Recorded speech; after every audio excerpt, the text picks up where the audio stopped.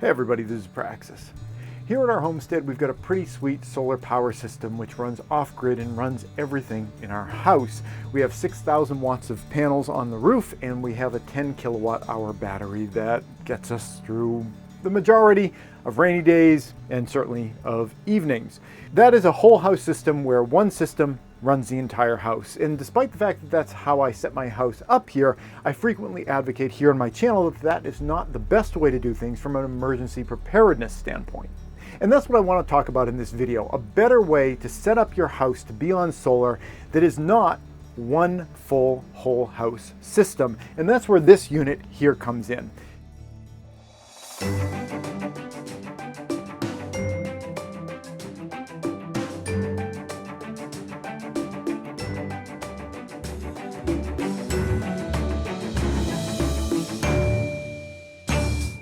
This is a smaller system. It has 2 kilowatt hours of battery storage on the inside of the unit, which makes it 1/5 of the size of my whole house system, but it's really a critical part of my system, and I plan on getting more of these. And the reason is, if you have one whole house system, if anything in that system goes down, your whole house, surprise, surprise, goes down. You don't have power unless you have the ability to flip back to the grid, which here we do. But if you don't have that ability, say it's during a blackout, it's during a snowstorm, it's during an EMP event or something like that, if you have anything go wrong with that whole house system, your entire house is down.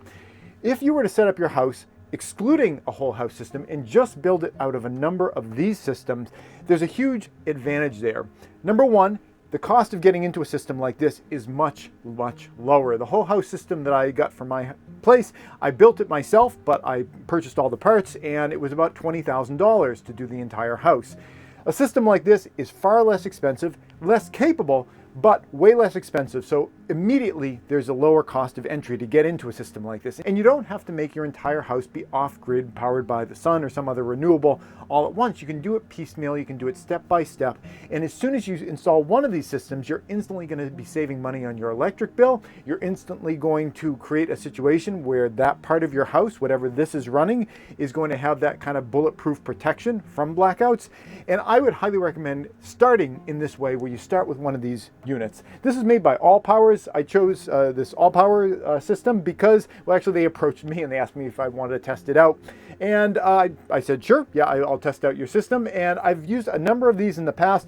And, to be honest, every company is going to tell you that their unit is the best, but I don't look at it that way. I think they're all pretty much the same. I'm sure that there are some terrible companies out there. AllPowers does not seem to be one of them. This unit works really, really well. But, all the major players in this arena, AllPowers included, they all make decent stuff, and it does what it says it's going to do. You put power into the unit, the power comes out. There are some little bells and whistles here and there, which you can get into, but those personally don't really appeal to me that much. Like, you can connect this to your phone and kind of run it through an app, and you can monitor, and I guess that's great. But when solar electric equipment, when like off-grid equipment for your house is doing what it's supposed to be doing, it, I think, should be doing it in a way where you kind of just can forget that it's even there. You plug it in, you get it set up, and then years go by, and you don't really have to interact with it at all.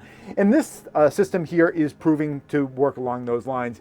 What it has is, like I mentioned, 2 kilowatt hours of battery storage on the inside, and I find that that is enough to run my refrigerator and a deep freezer for about a day. I've got like a full-size, regular refrigerator and a pretty big deep freeze cooler, and I can run those for about a day. That's not what I tend to do with this, though. What I do with this is that I'm using this as additional storage for my whole house system. My whole house system has 10 kilowatt hours of batteries in it, and by adding this in, it's not directly stabbed into the rest of the system, but it's taking 2 kilowatt hours of burden off of the system every single night.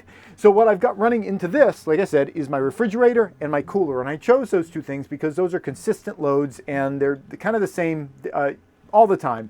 In the summer, I guess the refrigerator probably runs a little bit more because it might get a little bit warm in the house. Certainly if I'm going in and out of it, it runs a little bit more. But generally, those are kind of consistent loads. So I put both of those in here, and now every single night, this system just runs those items. And what that does is it allows me to be a little bit less concerned about where the battery level is on my whole house system, so that I can let it go a little bit lower, knowing that my whole house system is going to have no trouble getting through the night, because a lot of the burden that was on that system during the nighttime is now being taken over by this system. And what I do with this is I charge this up with the extra capacity that I have from my 6,000 watts of solar panels that is use it or lose it during the day. And that's oftentimes the case. When you have a solar electric system, you want to have plenty of panels on your roof. So even if it's overcast, you're generating the power that you need.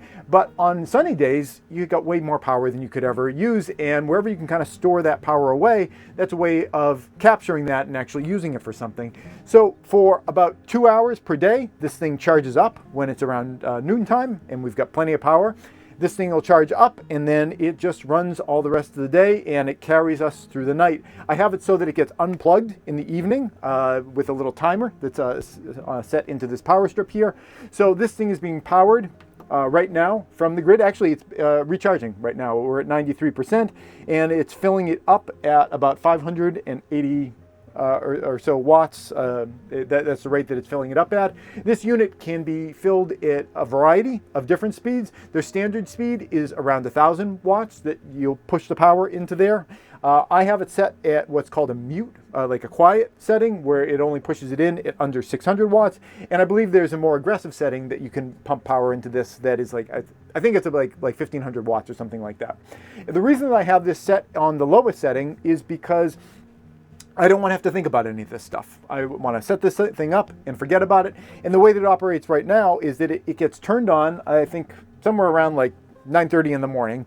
When we generally have plenty of sun, it'll get turned on and it'll start filling up. Now, on a day like today, it's bright and sunny outside. We get way more power than we know what to do with. I could have this set at that 1,500 watt setting and have it really fill up really fast. But there's going to be some days when it's kind of cloudy outside, and I'm not going to want to be ripping power out of my system for the house where maybe I don't have a ton of extra power.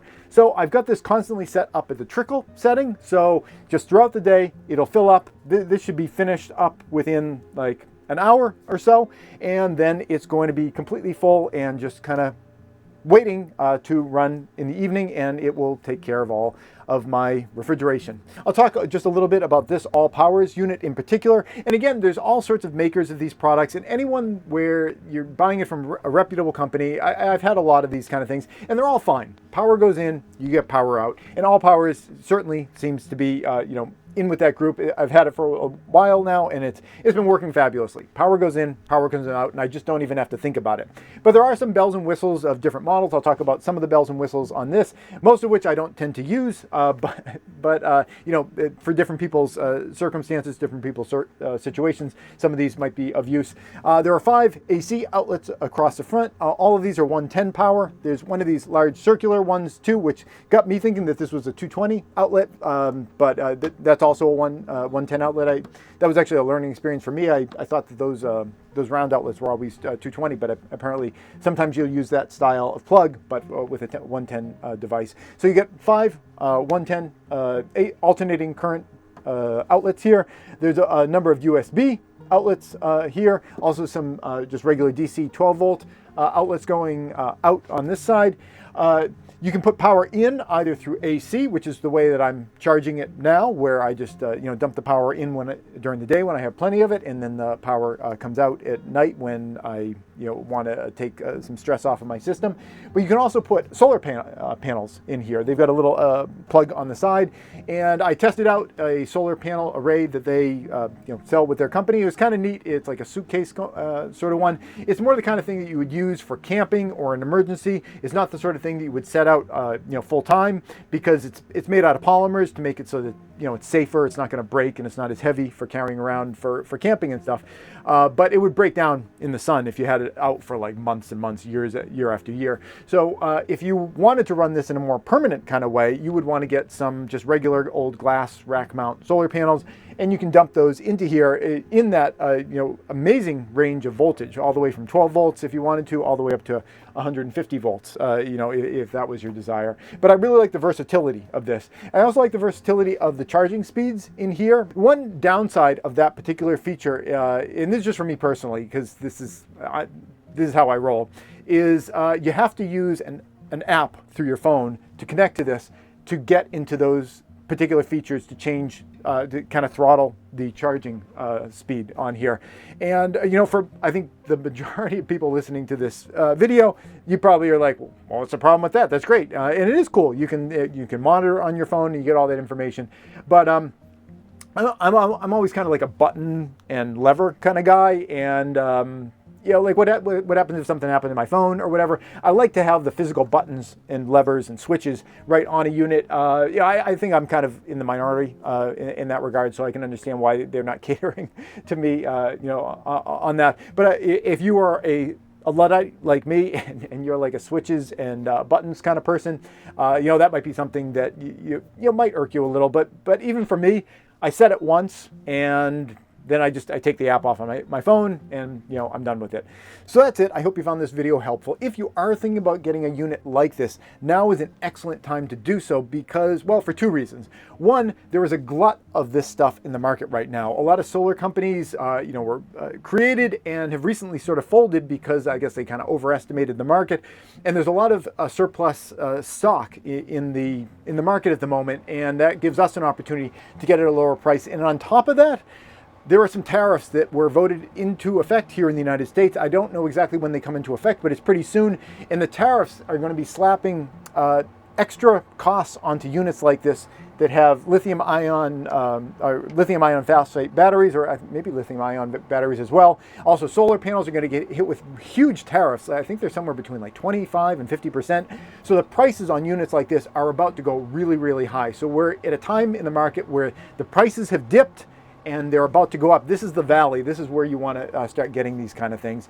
I think I'm probably going to get at least another unit or two of these, and I'm going to scatter them around my house and connect them up to different systems in my house, so that if my main house system ever went down, or if this system ever went down, or if another system ever went down, all the other units are in all likelihood still going to be functioning. So if you would take a situation where you would go from having zero power to having the majority of the power in your house still functioning. If you'd like to see a video about how I set this up so that this can run my refrigerator without me having to run a bunch of extension cord through my house from my refrigerator back to this unit, click down in the description below. I'm going to have a special link to a video that not too many people are going to be interested in, so I'm going to make it a special unlisted video, but it's going to show you what I did in order to get this connected to my refrigerator, which is in a whole other room of the house without all those extension cords running everywhere. That's it, and thanks for watching. Please subscribe for new videos all the time, and if you'd like to support this channel, you can do so either through Patreon or PayPal.